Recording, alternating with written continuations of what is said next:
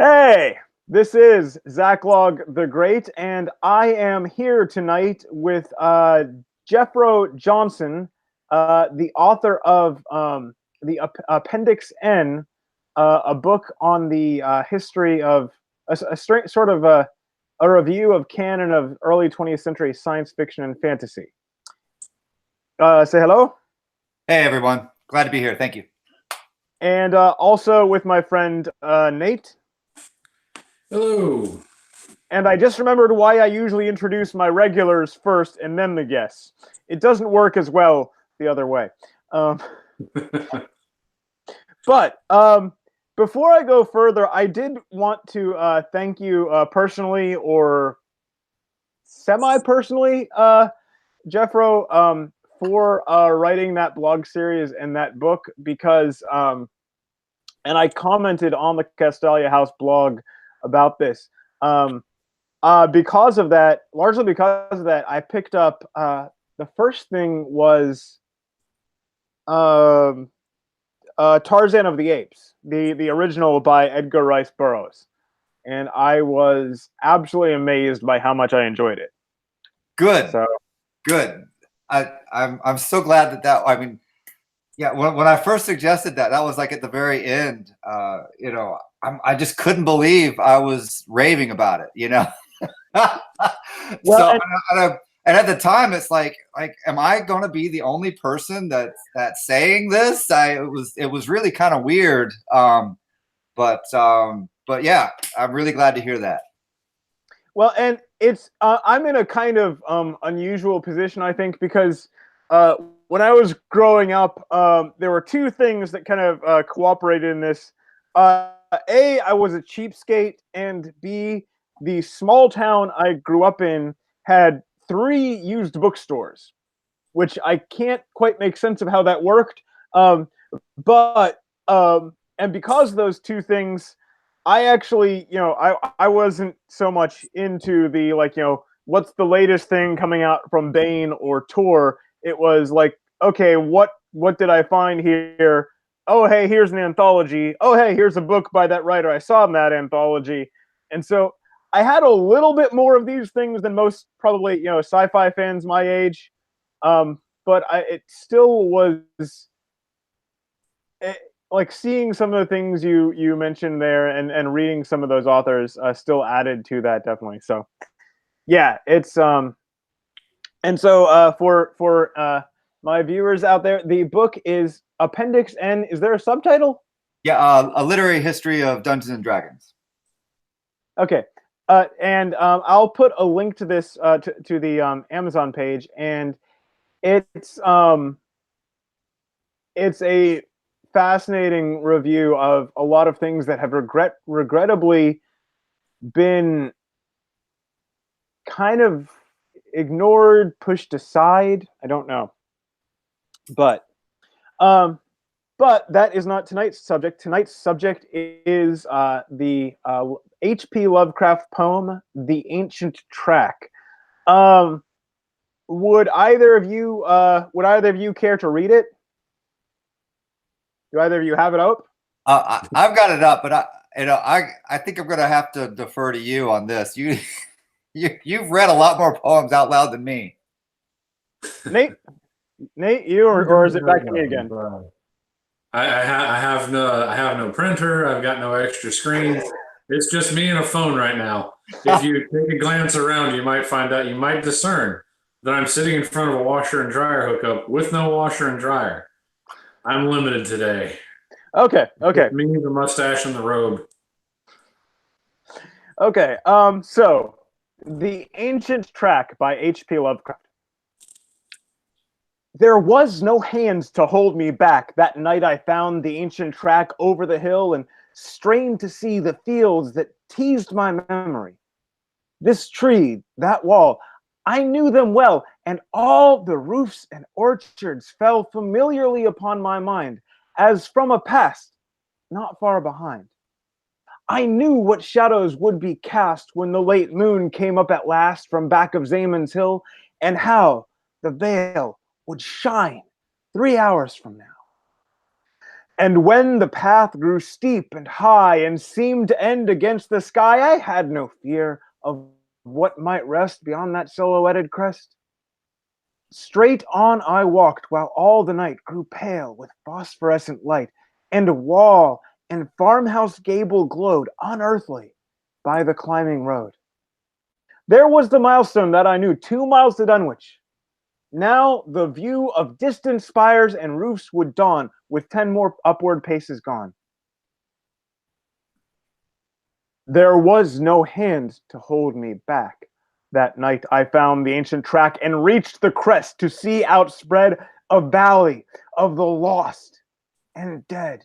And over Zamon's hill the horn of a malignant moon was born to light the weeds and vines that grew on ruined walls I never knew. The foxfire glowed in field and bog, and unknown waters spewed a fog whose curling talons mocked the thought that I had ever known this spot. Too well I saw from the mad scene that my loved past had never been. Nor was I now upon the trail, descending to that long-dead vale. Around was fog, ahead the spray of star streams in the Milky Way. There was no hand to hold me back. That night I found the ancient track.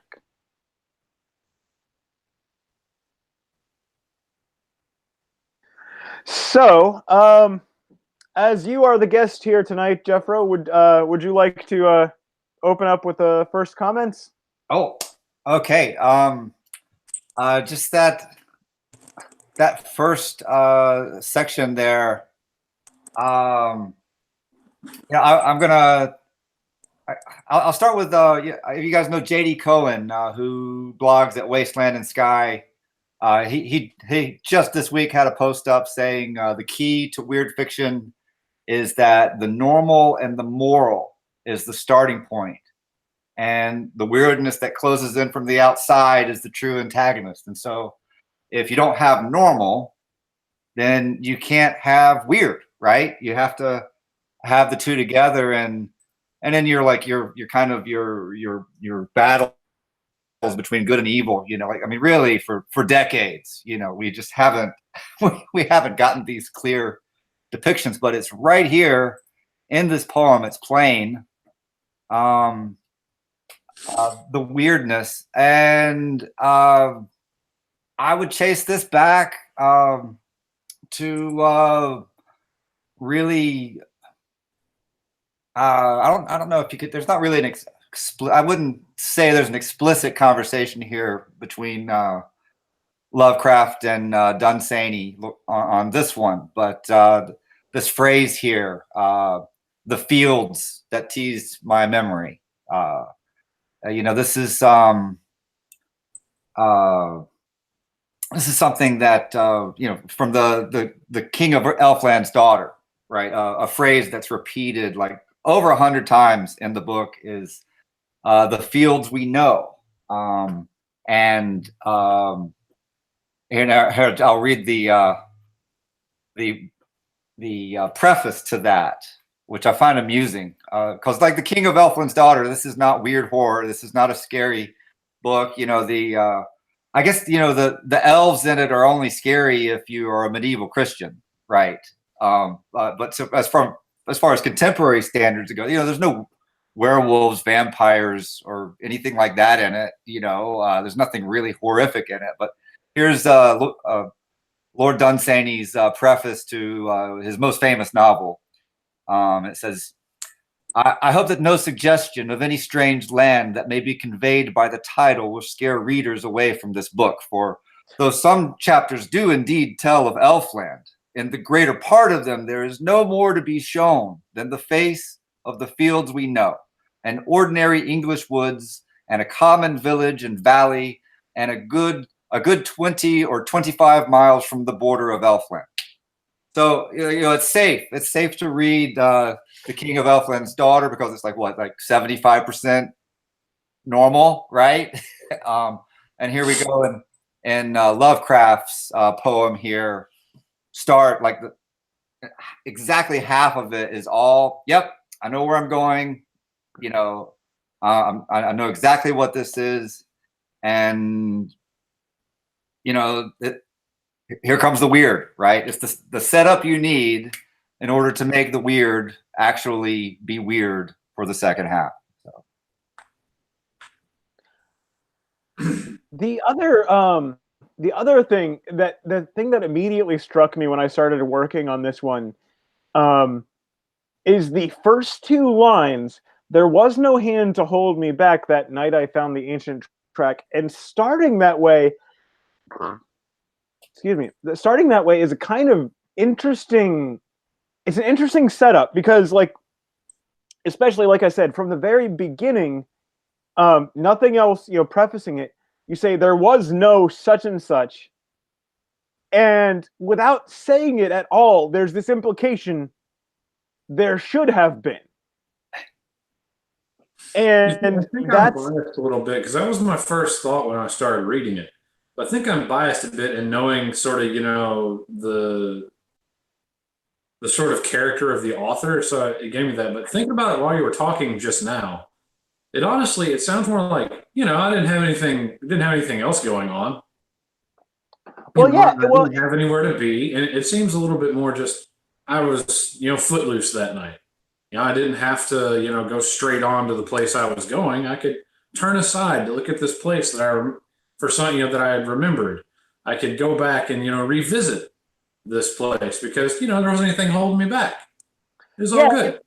And it's part of how it changes also within its 3 repetitions. Because the first time, even though, like I said, because you start that way, there's this kind of implication, but it's still like innocent, harmless. And then the second time, like when you see what happens next, like something should have gone differently. And then the third time, like, how did this happen? How am I here? And also, like, such a innocuous phrase, how it changes throughout, like in those 3 repetitions, is also fascinating.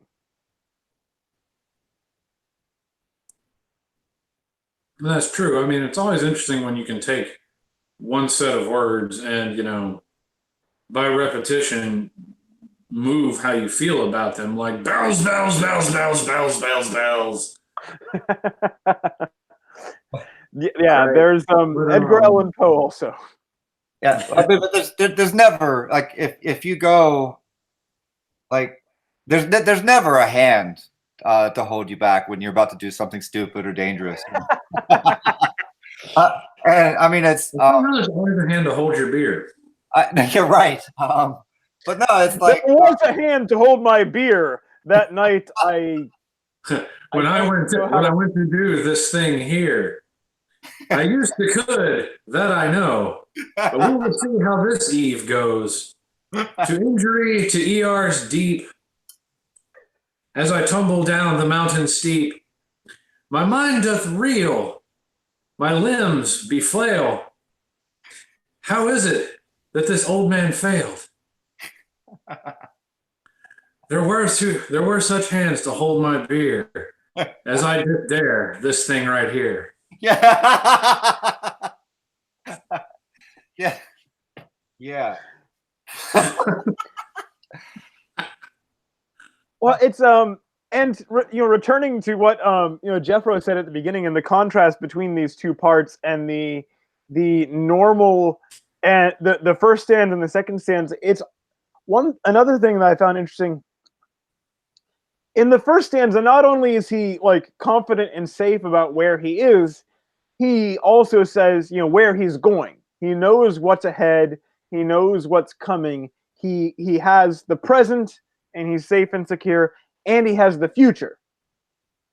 And then the second stanza, you know, that my loved past had never been, and like, it's a complete reversal. Not only is he not safe and not, you know, where he's supposed to be in the present, his past is completely gone too.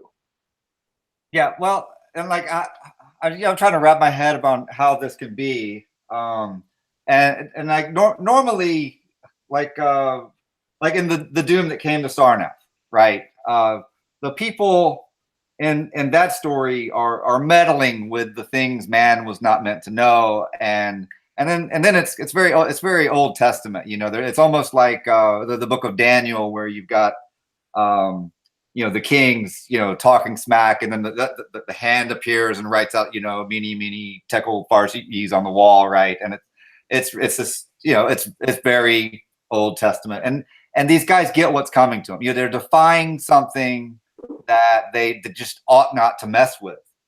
And here, you know, you don't have, you know, you're not glad that this guy gets his comeuppance, right? He doesn't deserve what's happening here. Like, so how do you explain this? And The thing is that, I mean, he ends up in a place that is really spooky and it's odd. And it's like he has a brush with something, but it doesn't really get him, you know? I mean, he sounds a little like regretful and shook up at the end of it, but you know, you're not told specifically that anything bad came of this walk in the night. It's just that he ended up in some, you know, spooky place with the talons of fog, and he's like, "Ugh." You know, like I said, those talons to me kind of represent, you know, the thing that he had a brush with kind of reaching out for him, but it didn't get him because they were just fog after all, and he wasn't on that road to. He actually says that he finds himself not even on the road to the place he thought he was going anymore. Like he thought, I'll go up this hill, down the other side, I'll be in this nice little village. When he finds out, I'm kind of going around and I can see these ruins down there, and it's not really what he thought. But it seems like also he didn't get brought all the way down into sort of the lair of evil and spooky. He just kind of ended up seeing it and being like, "Oh, okay, skirt." yeah, I guess Yeah, and oh, go ahead. no, you go ahead. Oh, all right. Well, you know, I can't help. You know, I've always had this opinion of Lovecraft that, I mean, he's not like the other pulp writers that were his contemporaries. He's not like A. Merritt. He's not like Robert E. Howard. You know, he doesn't have the clear depictions of the heroic. He doesn't. You know, he's got these weak modern characters that crack up at the slightest hint of the uncanny. You know, what I always have seen in his work is that it's about you can most readily see it in the people who imitated him, like Margaret St. Clair. You know, like when the people came after him wrote these Lovecraftian horrors, they never really captured the same quality of just awfulness and misery and everything else, everything that goes up into these very palpable, very cleanly articulated psychological details of just this creeping madness that comes over these people in Lovecraft stories. And you know, I attribute that to Lovecraft being basically he had he grew up in a Christian world, in a very traditional world, you know, and like one of his first stories is what's it called? The Beast in the Cave, right? And this isn't one of his famous ones, but it's just this guy going into the colossal caves or something, and he gets lost, and there's this creature in there that he, you know, and he's scared witless, and he defends himself, and he kills this thing, and then he finds his group, or his group of fellow hikers or spelunkers or whatever, have found him, and the horrible truth. There's always that moment in a Lovecraft story where the other shoe drops, and you find out that the thing you thought you should be afraid of is actually not the thing that's really scary about all this. And then in this case, it is the fact that the guy realizes that it was a human being that had scared him to death, and that he had killed a man in his self-defense. And the fact that he was a murderer is the thing that caused this guy to freak out. And that was ultimately the big scary thing about this story. This is a person writing in a world where people were deathly afraid to sin, especially these mortal sins. And here, when you stretch out all of his works, the ingredient that you see in Lovecraft stories that you don't see in say Lord Dunsany, it's the evolutionary aspects, the evolutionary time scale. You have in Lovecraft, you have people that grow up in a normal, sane world, a Christian world, and then they're confronted with these creatures whose mere existence show that everything that they believed, everything that they took for granted about life, the universe, and everything is just the fact that their sort of pre-modernism isn't true is the thing that makes them go crazy, they just lose it. And so that's what we have. That's what we have here. This guy coming unglued. So yeah, and if you take this poem by itself, I can kind of see Nate's point. Like, just from what you have here, it's not necessary. You don't have to conclude that this is a catastrophe for this guy. On the other hand, if you take this as part of the body of Lovecraft's work, then it seems fair to conclude that this guy is not headed for a good end. But the other thing, and you didn't quite say this, but you kind of were pointing in that kind of direction. I think this idea kind of would seem strange to a lot of people, but it seems clear. It seems to me that, like, in general, horror fiction is a very moral genre, because in a well done story, it's not just that these things come and tear people apart or haunt them or whatever. These things are, in some sense, sorry? It's that in a way they deserve it. They put themselves in the way of it by what they're doing.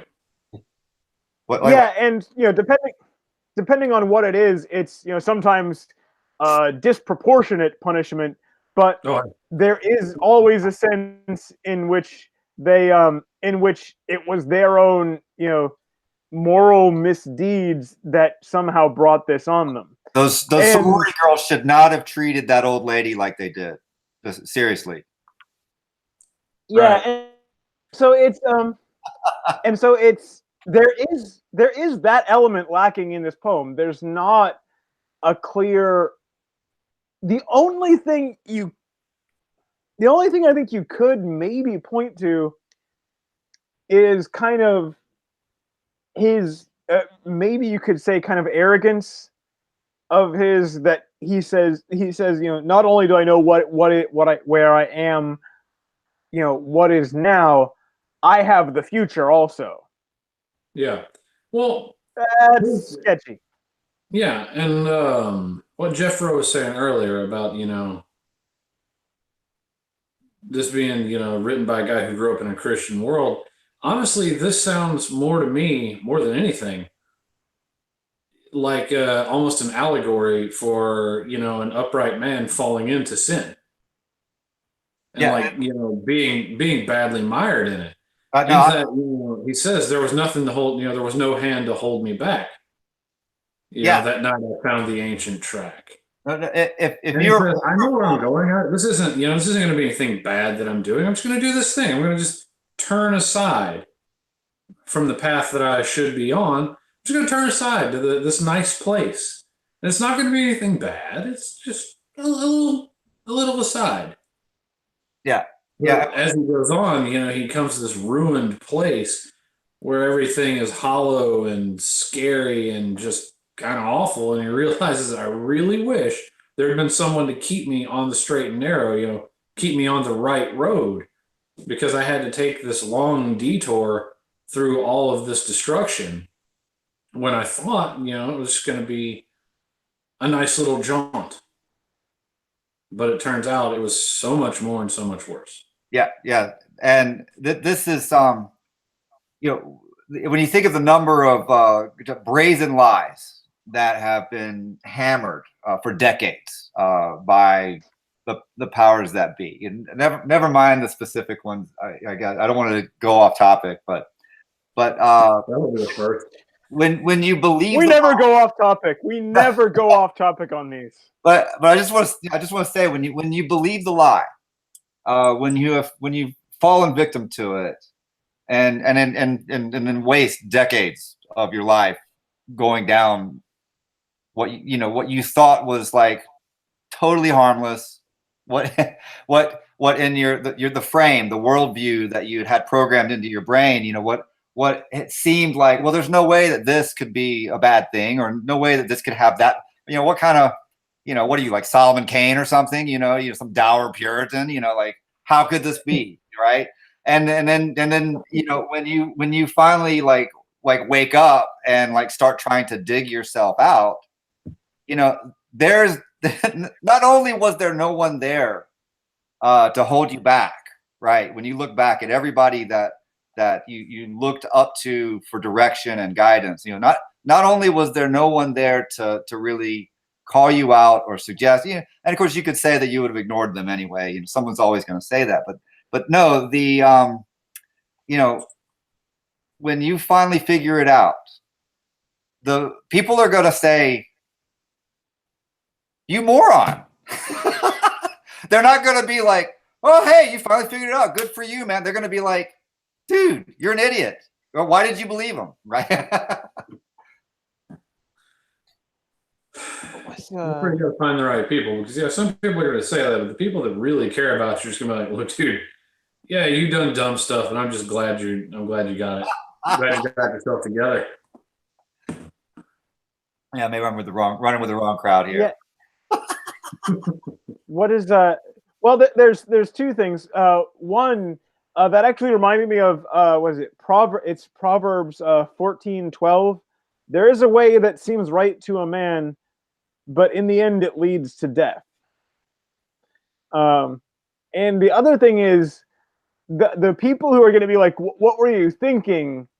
It's the kind of thing where if you fall for when you fall for temptation, when you fall for lies, and then you realize where you are, and Satan just the devil effectively says to you, "Really? You didn't know where this was headed?" Yeah. Really? Okay. All right.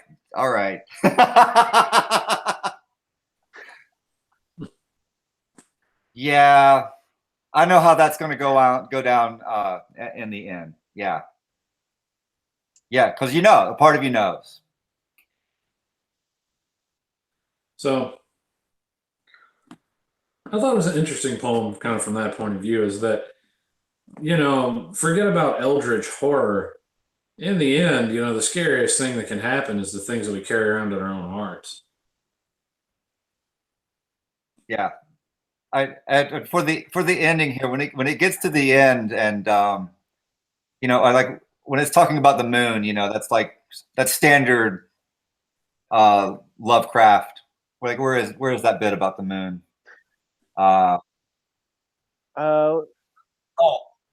Over Zamon's hill, the horn of a malignant moon. Yeah, right. Born. That's just like, that whatever he says about the moon, that's your first clue that something's about to go sideways with Lovecraft. But you get to the end, and the star streams of the Milky Way are the thing that's like the last note, right? And of course, today, me growing, my generation, it's Carl Sagan talking about billions and billions of years, right?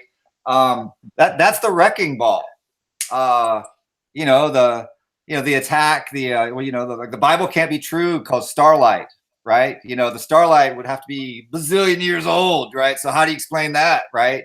And this thing, like this thing that takes away the past. No, and of course, I don't Lovecraft's not. I don't think, you know, I'm not going to say he was consciously writing any of the things that we said per se, or trying to do something. You know, I don't know. I'm not going to venture to describe the creative process. I think he was trying to write something spooky and he succeeded, and we just read it a bit differently through our lens. But you know, this thing that comes up and erases your past. All right. You know, like we're watching this happen in real time. You know, like, you know, I mean, I wrote a book that had that in the course of writing it uncovered the fact that, you know, something happened in 1940 and 1980 to kind of redefine the canon and redefine even what science fiction and fantasy, what it should be like. And then, of course, right now we're watching every single major science fiction and fantasy franchise get turned inside out into this garbage fire. And I think, you know, we see how culture can be rewritten. It can, and of course, you know, yeah, Brian Niemeyer is complaining about this. Like he's the guy that's like saying, hey, look, this is where this is going. You probably want to get off the train, but you know, you see the whole, you know, people are complicit in this this desecration of what they care about. Not that it. I think it's kind of in bad taste to say that nerd culture could be could be sanctified from any standpoint, but no, really, it's happening like right before our eyes. And the things I wrote about in Appendix N, you know, like there's it's people don't even people can't even imagine what was going on before the things got rewritten. And it's like you're going down a rabbit hole just when you start exploring this place. And so so taking it back to Lovecraft, you know, and I alluded to this earlier, but like you know, yeah, evolution, the idea of evolution, you can see his contemporaries like with Solomon Kane. It's like, oh no, it's no big deal. We can insert all these millennia of history before Adam and Eve, and we can have like the juju staff be, you know, be that staff. Like it's actually it's Aaron's rod, right? and it's does all this cool stuff from weird horror tales and the darkest Africa, right? They just took these evolutionary and, you know, Carl Sagan-y modernist concepts, and they were like, you know, we don't see anything bad about this, or this isn't like a threat to our identity or our conception of ourselves. We'll just take it and we'll mash it together with all the other cool things that we like. Things like, you know, Lancelot and Arthur and Atlantis and druids sacrificing people at Stonehenge. We'll just take it. We'll bundle it all together, and it's going to be great, right? But like Lovecraft stood apart. He was like, he wrote the extrapolations of what these ideas implied as science fiction. And like way before anybody else seemed to articulate it, you know, in his tales, he showed it to be as demoralizing and horrifying as it really is. Well, and you know, you were talking about how like things are getting rewritten. Okay, where am I getting an echo?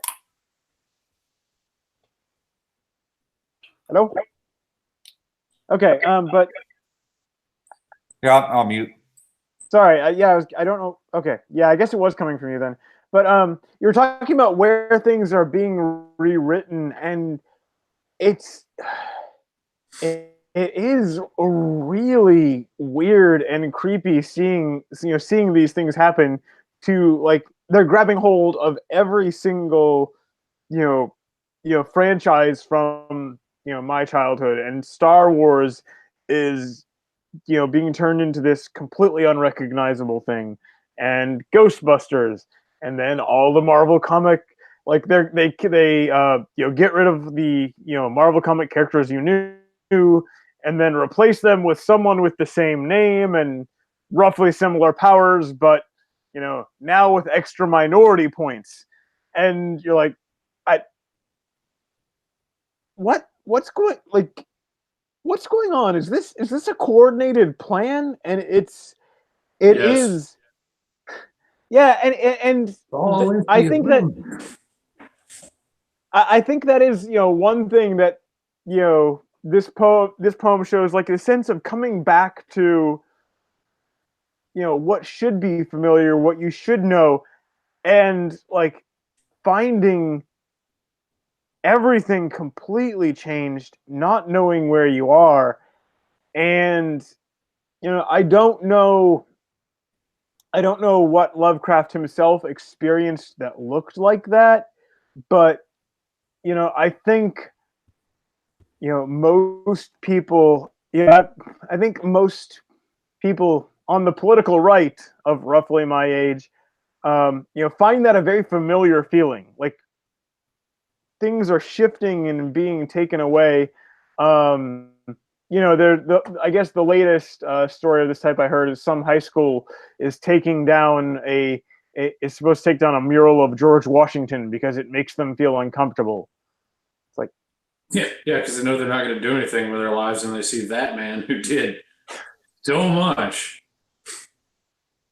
Look, That Lovecraft actually, he did speak directly to this thing. I could tell you, for where I come from, our Confederate statues, you all you have to do is import enough Yankees into the state, and oh my gosh, they don't care about our statues. Like, who would have thought, right? It's population replacement is how these erasings go down, and when I read his story, The Street, that was so hot. I discovered that one. I didn't want to write about it because it was just it was on fire. I cannot believe he wrote that. I think I've seen a passage of that one. I don't think I've read the whole thing, but I think I know the one you're talking about. Yeah. About, like, watching a neighborhood change and like not seeing the people that you that are supposed to be there anymore. It's unreal to read about, and of course, he's not the first to comment on it.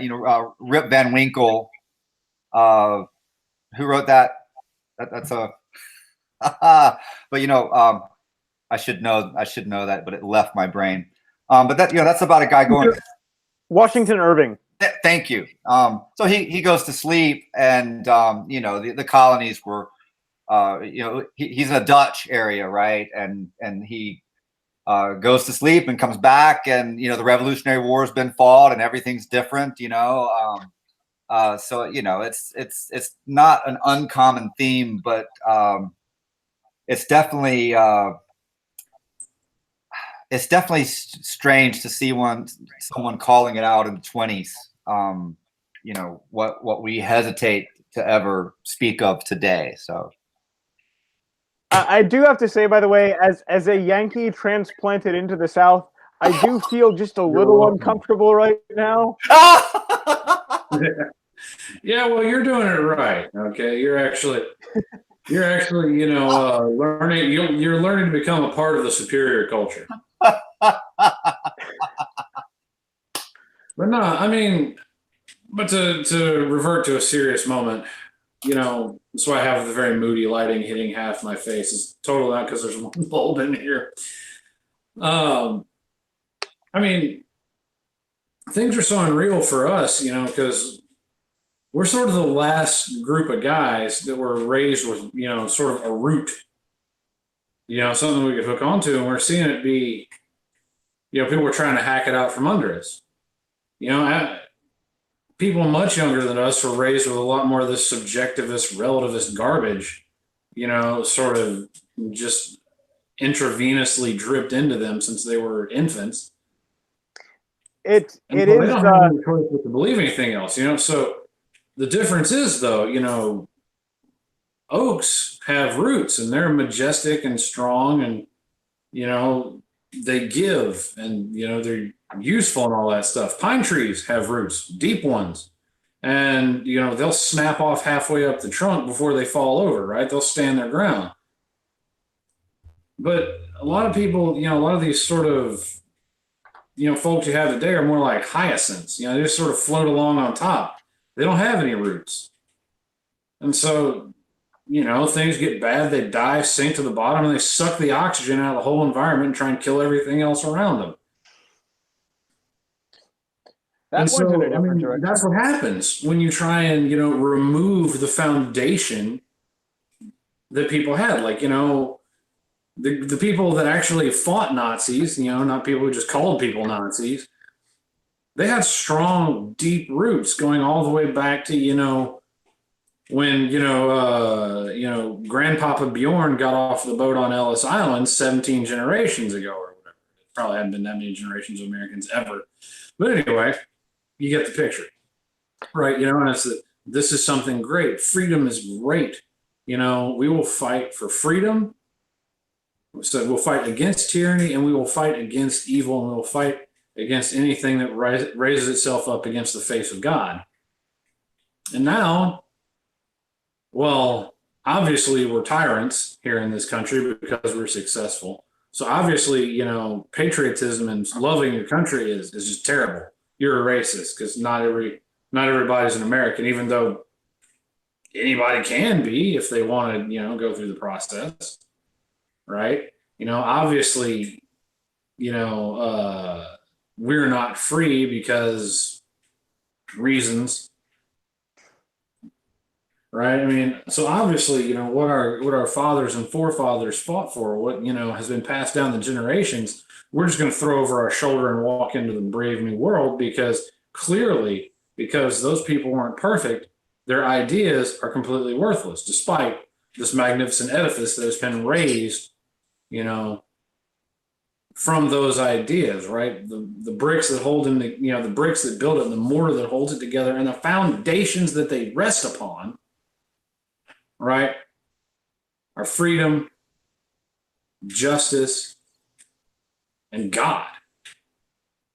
But no, I can't have that because they haven't been done perfectly, So we're going to replace them with a bunch of freaking cotton candy and styrofoam and wonder why suddenly our lives are so unstable and why there's no meaning to be found.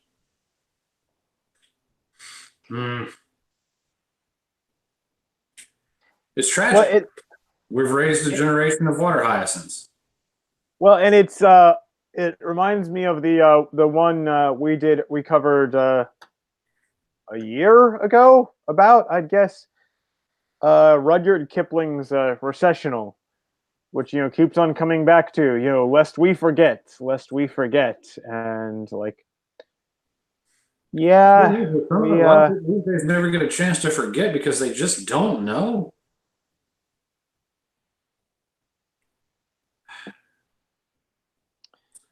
And then the question is, who's anybody watching? If you're young, dig into the lessons of the past. I beg you, don't just accept what you're told. Get in there, find heroes, because heroes are important. And the right kind of heroes are important. Don't find the man who protested something. Find the man who changed something. Or woman. Don't find the person who tore things down. Find the person who built something. Right? Don't find the person who ran away and screamed about injustice. Find the person who stood up to it and knocked it down in the street. And if you have kids, teach them these things.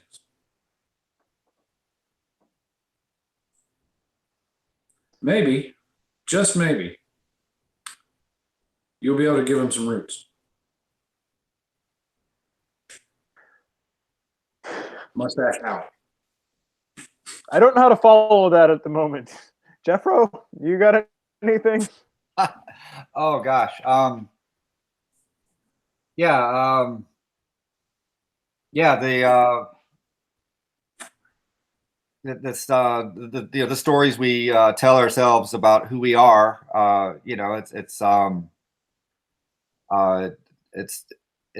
we've seen what can happen if someone systematically came in and you know, inserted themselves into that. And you know, Howard Zinn's history of America as opposed to whatever it is that was taught, you know, when Lovecraft was alive. You know, it's just a very different narrative. And you know, I guess the most distressing thing, just as an observer, you know, it always frustrated me. You know, J.R.R. Tolkien, you know, I kind of, you know, I kind of resented that he is so great and so respected and so successful compared to Robert E. Howard, you know, who's much more muscular, much more American, Southern, you know, Texan, you know, everything that's great. But you know, Tolkien's attitude, and of course, you know, he went through so much, and the things that he saw, the things that he experienced. But you know, he always characterized, you know, what he and C.S. Lewis were doing as sort of a rear guard action. And he spoke. There's this phrase in Lord of the Rings somewhere about the, you know, fighting the long defeat, and it's just so dreary. You know, I just thought, like, why can't you like, what, you know, why, what's the big deal? I mean, come on, you and C.S. Lewis, you guys are pretty awesome guys, right? You're really smart, you know, and yet, you know, they acted as if they were just so small, you know, as if their efforts were futile. And of course, history has shown that yeah, there just hasn't been a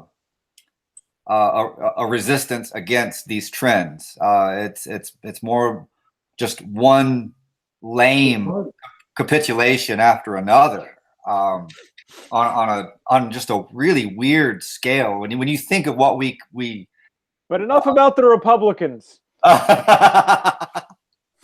But you know, it's Well, in the end, what you come down to is that they recognize that, you know, calling people to be heroes is hard. I mean, look at the guy, look at the great hero that the Tolkien wrote, you know, Aragorn, right?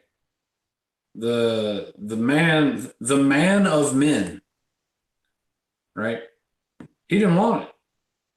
He didn't want to walk the road. He's like, you know, me, I'll live in the woods and I'll sort of, you know, do some protecting. I'll be a ranger. I'll watch the frontiers, but I don't want to be the king. I don't want to be the one who changes all this. I just want to live quietly and, you know, die peacefully one day. No, I have to argue that. I mean, I know we just met and we don't have any beer, but man, no, he served in Gondor. He served in the armies of Gondor. He served in the armies of Rohan. He watched the Shire, you know, purely a thankless job, not a very inspiring one, but you know, it was his calling, you know. Right. And he was willing to serve in a limited capacity, but he didn't want to step up to his true destiny and his true calling because of what it would mean. That's some kind of. He was a hero all the time, and he was, you know, a great guy, but he was reluctant to take up that mantle. And so many people are these days that, you know, but his strength of moral character won through, and eventually he went on to do as he was born to do. Whereas these days, you know, people are like, if it's too hard, just quit. No, I think you're talking about movie Aragorn. I'm really sorry to say it. This is not the character that Tolkien wrote. You know, he did what he did when he did it because the ring was found and it was time. It was a matter of the timing, a matter of the signs, the portents. It was, and he explicitly did it because he wanted to marry an elf girl. Okay, it's that simple. This was the only way that he would be worthy of that, reuniting the lines of the Numenorians with Elrond's house, which is itself a reflection of the schism between Protestants and Catholics. Hadn't heard that one. Pardon? I said I hadn't heard that interpretation before. Oh, well, yeah. Tolkien married a Protestant, and the Luthien and whoever that guy was, Baron and Luthien. That's about, that's on his gravestone, and Luthien is on his wife's gravestone. And the path that he chose, it wasn't easy, but yeah, that's where some of the thinking behind what he created came from. Yeah, it's been a while since I've read the books, but I should pull them out again this year probably. But I have heard before someone say there's a pretty there's a quite significant difference in Aragorn's character from the books to the movies, and so I couldn't argue that point well myself, but I have heard exactly the kind of contrast that Jeffro was just talking about. So, yeah. But I'll defer. He's probably got me on that one because I haven't read the books in a long time either, and I may have gone ahead and supplanted a better character with a movie character. Although, okay, you've got control of your memories, man. it just came true. I'm gonna try to limit this, because it's getting pretty far afield. The character from the movies that most irritates me is Faramir. The change of Faramir from the books to the movies really made me mad, because basically in the movies he's a kind of wimpy version of Boromir. Like, he wants to be Boromir, but he's not as good as Boromir. But like, oh, that ring? Yes, I'll take that. I'll go back to Gondor and we're gonna win now. Whereas in the book, the entire point of his character is that he is not his brother. Yeah. Yeah, he had some discernment. He could consciously show mercy to Gollum, and he could also discern something about the hand of God and what was playing out. And through his wisdom and his insight, he makes a choice that should have been his own death. He violated the laws of his people to let Gollum lead Frodo and Sam on this crazy mission. And of course, in the movie, people can't imagine that today. When they see someone that has virtues on this caliber in the old books, a materialist, a realist, a modernist, always has to translate it into something that's obviously believable, because no one would believe. To them, no one is good. No one is inspiring that way. They know, they mock at this. They're men without chest, as C.S. Lewis wrote. So like Lovecraft would have written him a little bit more. Yeah, but in the book, it couldn't be Faramir having a real virtue, in the same way that Aragorn couldn't be shown having real virtue. He had to get dressed down by Hugo Weaving before he could come to his senses and do what ought to be done. In the movie, Faramir sees this CGI rendition of a Nazgul flying around Osgiliath, and he's like, "Oh, that CGI is so compelling. I've had a change of heart. No, that's literally what happens. Yeah, no, I remember. That's terrible. Golly, modernism ruins everything it touches. Yeah, there's actually the last half hour of this conversation reminds me of a quote I've seen passed around from George Orwell's 1984. He who controls the past controls the future, and he who controls the present controls the past. And actually, no, this is I didn't think about this until just now. I actually just did a video on this subject like 2 weeks ago. That you take away a people's history, you steal their heroes, and like you don't even have to fight them. You've already won because they have nothing to fight for, no reason to fight. And you can see that being done to us in the West. And the worst part is, there's not somebody else doing it. It is an entirely self-inflicted wound. I don't know.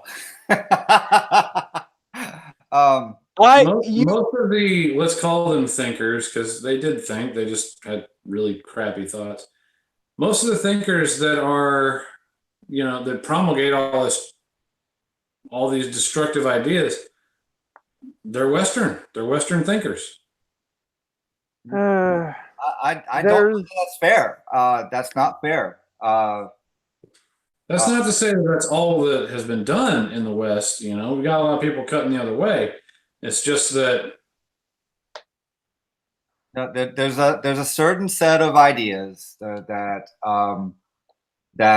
have eviscerated us culturally. It's been a project that's lasted decades, and the attack on masculinity, the attack on femininity, the attack on marriage, the attack on positive views of your nation. And first, you got your Howard Zinn attack on our historical narrative, and then you take the small fry stuff, like Luke Skywalker being turned into a loser who lives by himself, and Han Solo being a deadbeat dad. It's pretty systematic, and the people pushing it, they are not. I don't think they're us. And yeah, I just looked up Howard Zinn, and there's a phrase that comes to mind I've heard a few times, which is every single time. And people who... Some people will recognize what I'm referring to. I'm not going to go any further with that right now. Anyway, enough said. This is honestly the most restraint we've ever shown, and just like getting knives out and being like, get the other side. Like I said, I'm not saying these people are us, as in the people who believe like we do. I'm saying that they are a part of our culture. They're a product of facets of our culture, as in ours as in Western culture, right? There is the freedom people, but we've decided that freedom is difficult and unfair, so we're going to give it up. And there are some aspects of this which remind me of G.K. Chesterton said when Christianity, when the overall Christian culture was broken, the mistakes and the vices, went loose, but the virtues of Christianity, of Christendom, also went loose, and ran wild and did even more damage. And you can definitely see some things that are like a single idea ripped out of Christianity, ripped out of the context, and inflated far beyond its place. That is, part of this. That is part of this destruction. That is part of this corruption, because the moral system of Christianity is there's this whole network of things that go together. There's all these virtues, and and a good story, a really fascinating story is when you have two good things that you have to choose against each other, because sometimes these things collide with one another. But if you take just one of them, and you rip it out of place and you inflate it to the place of the whole, that can become disastrous in its own. Yeah. Mm-hmm. And so you take Christianity is a system of beliefs. System, multiple components. They're related to one another in specific ways. Otherwise, the system do not function. It broke. I mean, it's like having a car and then you take the engine out and decide this is the only part that matters. You ain't going anywhere. You need the gears, you need the tires, you need the fuel, you need the steering wheel, you need the whole thing. You need the seats, for God's sake. All right? So you can't say that, oh, Christianity is just love. Wrong. Oh, Christianity is just sin. Wrong. Christianity is just this or just that. No. Love is important. Love is the root of the whole thing. But there is also justice. But along with the justice, there is also mercy and forgiveness. But along with those things, you are also expected to show holiness and the work of salvation. All right? But when you fail those things, right back to love and mercy. Right? And it all goes around and around. And so that is how you keep yourself balanced, is that yes, hand of judgment, at the back of your head, ready to cuff you when you mess it up. But you also feel the embrace of God's love that, hey, look, I'm not going to destroy you for this if you don't let it define you. If you don't turn away from me for the sake of this sin, but you turn away from the sin for the sake of my love, we're okay. But it's not just, oh, sin all you want, guys. I mean, we literally have that in the Bible. Well, should we sin more that grace may more abound? No! Now I'm just I wish I had the clip from UHF. Have you seen that, by the way? The Weird Al movie? It's one of my faves. Stupid! You're so stupid! Supplies! Oh boy. Wait, Nate, have you seen this? Because if you haven't, we might. I don't think I have. Okay, we might have to do that at some point before too long. I will make the very, very long and arduous journey. Okay, so I don't know. We've been going for almost an hour. I think we've covered the poem pretty well. Yeah, I'm sorry we got so far off topic. There was no hand to hold us back. Yeah. So, any last big thoughts, Nate?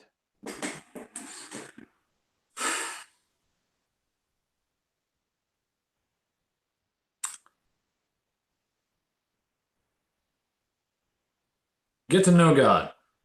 That way, there's always a hand to hold you back. Wow.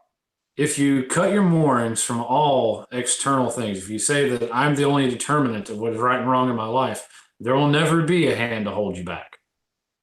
You will always take the turn off. You will always end up in the dead and destroyed place. So, if you're looking for a hand, why don't you take the one that built the universe? And Jeffro, any closing thoughts for tonight?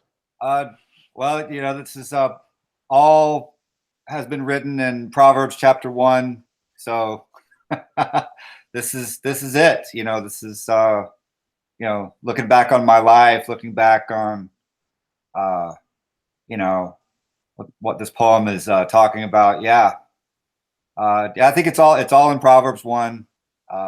And I remember decades ago laughing at it, but everything I've seen, it's all scary true. So okay, well, thank you for joining us tonight, Jeffro. I hope we'll get to see you again. And thank you, Nate. And we'll be closing off. God be with you. And with you.